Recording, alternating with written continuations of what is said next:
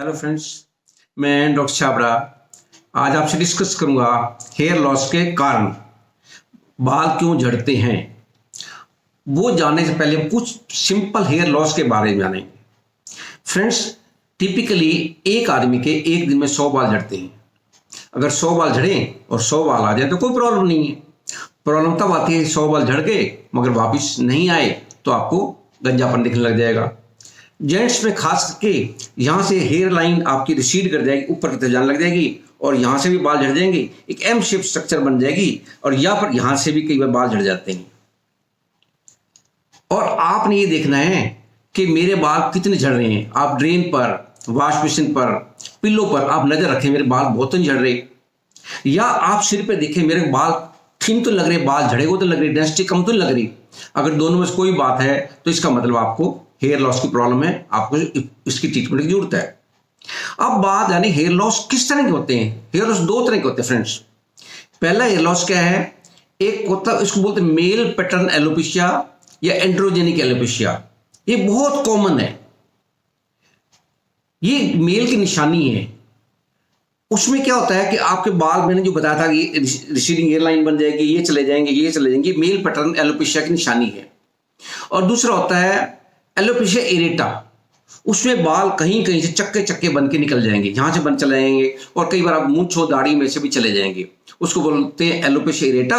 और एलोपेशिया बढ़ के एरेटा बढ़ के एलोपेशिया टोटालिस बन जाता है, जब पूरे सिर पे बाल झड़ जाते हैं किसी किसी के, और कईयों को पूरी बॉडी में भी चले जाते हैं, उसको एलोपेशिया यूनिवर्सलिस बोलते हैं। इसको हम डिटेल में डिस्कस अगली वीडियो में बात करेंगे। फ्रेंड्स, जैसे भी आपका ये स्टार्ट करे, जब भी आपकी फ्रंट लाइन आप रिसीड करने लगे, आप जितना जल्दी ट्रीटमेंट कर पाए उतना बेटर रहेगा। और फ्रेंड्स, कई कारण बिल्कुल टेम्परेरी हैं, अगर आप उसको कंट्रोल कर लोगे तो बहुत जल्दी आपको फर्क पड़ जाएगा। अब फ्रेंड्स, बात करते बाल झड़ने के कारण की बात। एक तो सबसे पहला सबसे अटमोस्ट इंपॉर्टेंट है जेनेटिक या हेरिडिटरी बोलते हैं, अनुवंशिक बोलते हैं, या फैमिली हिस्ट्री। अगर आपकी फैमिली में किसी में कैरेक्टर है, आपके अंदर आने के अंदर भी पॉसिबिलिटी ज्यादा है। मगर उसका मतलब ये नहीं कि आप ट्रीटमेंट करो ही मत, क्योंकि आपको तो होना ही है। इसका मतलब है आपको अलर्ट ज्यादा रहना पड़ेगा, आपको सावधान रहना पड़ेगा। दूसरा कारण एज, बढ़ती एज के साथ बाल झड़ना कोई प्रॉब्लम नहीं है, मगर बच्चों के बाल चले जाएं, यंग एज में बाल चले जाएं तो अच्छी बात नहीं है। एक थर्ड होता है विटामिन डेफिशिएंसी। विटामिन होते हैं, हम कच्ची सब्जियां, फ्रूट, सैलेड वगैरह खाएं तो विटामिन की डेफिशिएंसी आमतौर पर नहीं होती। मगर अगर आपकी रूटीन में ये चीजें नहीं है या आपको विटामिन अब्जॉर्ब नहीं होते बॉडी के अंदर, तो ऐसे केस में आपको विटामिन की डेफिशिएंसी आ जाएगी, विटामिन की कमी आ जाएगी। विटामिन खासकर विटामिन ए है, सी है और जिंक, मिनरल्स हैं, जिंक है और सेलेनियम है, इनकी कमी से भी आ जाता है। तो आपको विटामिन के सप्लीमेंट भी कई बार लेने पड़ जाते हैं। और फ्रेंड्स, एक होता है autoimmune disorder. Friends, autoimmune disorder क्या होता है, हमारे अंदर एक नेचर ने, भगवान ने एंटीबॉडीज दे रखे हैं। उसका काम क्या है, बाहर से कोई फॉरेन एलिमेंट आए, गलती चीज हमारी बॉडी में आ गई, जर्म्स कोई भी आ गए मान लो, उसको किल करने के लिए हमारे अंदर एंटीबॉडीज है।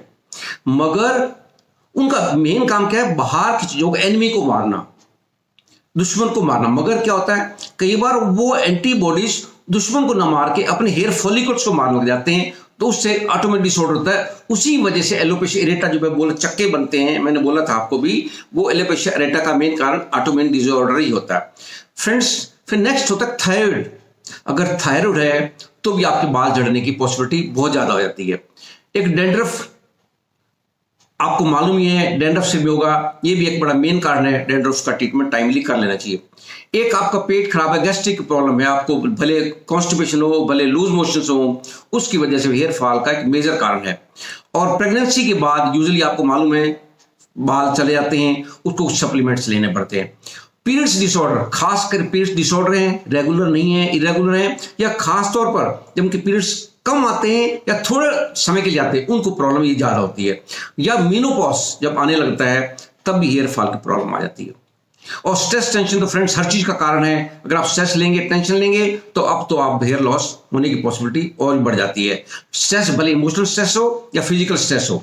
एक होता है मीजल्स निकालना, मीजल्स से भी कई बार बाल चले जाते हैं, कई बार मोस्टली टेम्परेरी मगर कई बार परमानेंट भी चले जाते हैं। या आपको सीवियर इन्फेक्शन हो गया, कोई आपको कोई या ऑपरेशन, कोई मेजर ऑपरेशन करवाया, उसकी वजह से भी ऐसा हो जाता है।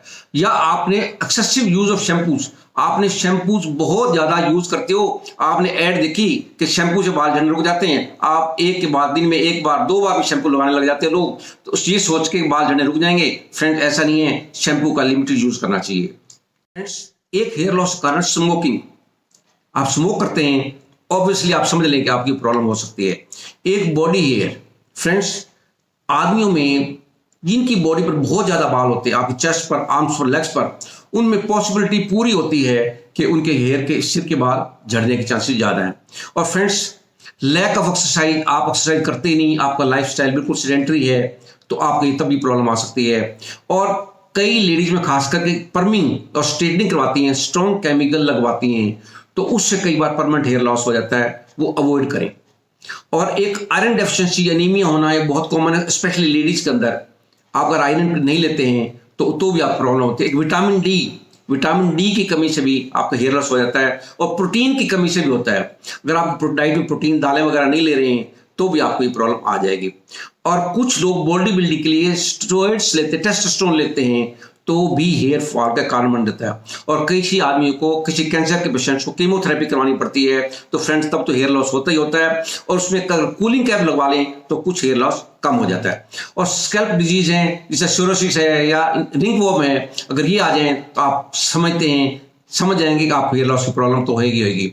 और फ्रेंड्स कुछ दवाइयां हैं जिनका साइड इफेक्ट हेयर लॉस है, जिस तरह कैंसर की दवाई है, अर्थराइटिस है, डिप्रेशन है, हार्ट की प्रॉब्लम है, गाउट है, ब्लड प्रेशर है, इनकी प्रॉब्लम की आप दवाई लेते हैं तो भी आपको हेयर लॉस हो जाता है।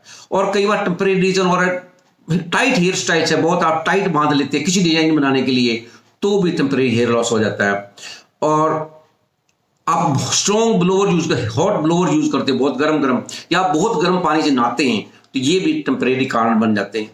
और स्कैल्प हाइजीनिंग, कई बार आपकी सिचुएशन ऐसी है, आपकी जॉब ऐसी है, प्रोफेशन ऐसा है, आप पेंट का काम करते हैं, फ्यूम्स हैं या पोल्यूशन है किसी एनवायरनमेंट में, तो ये भी कारण बन जाते हैं।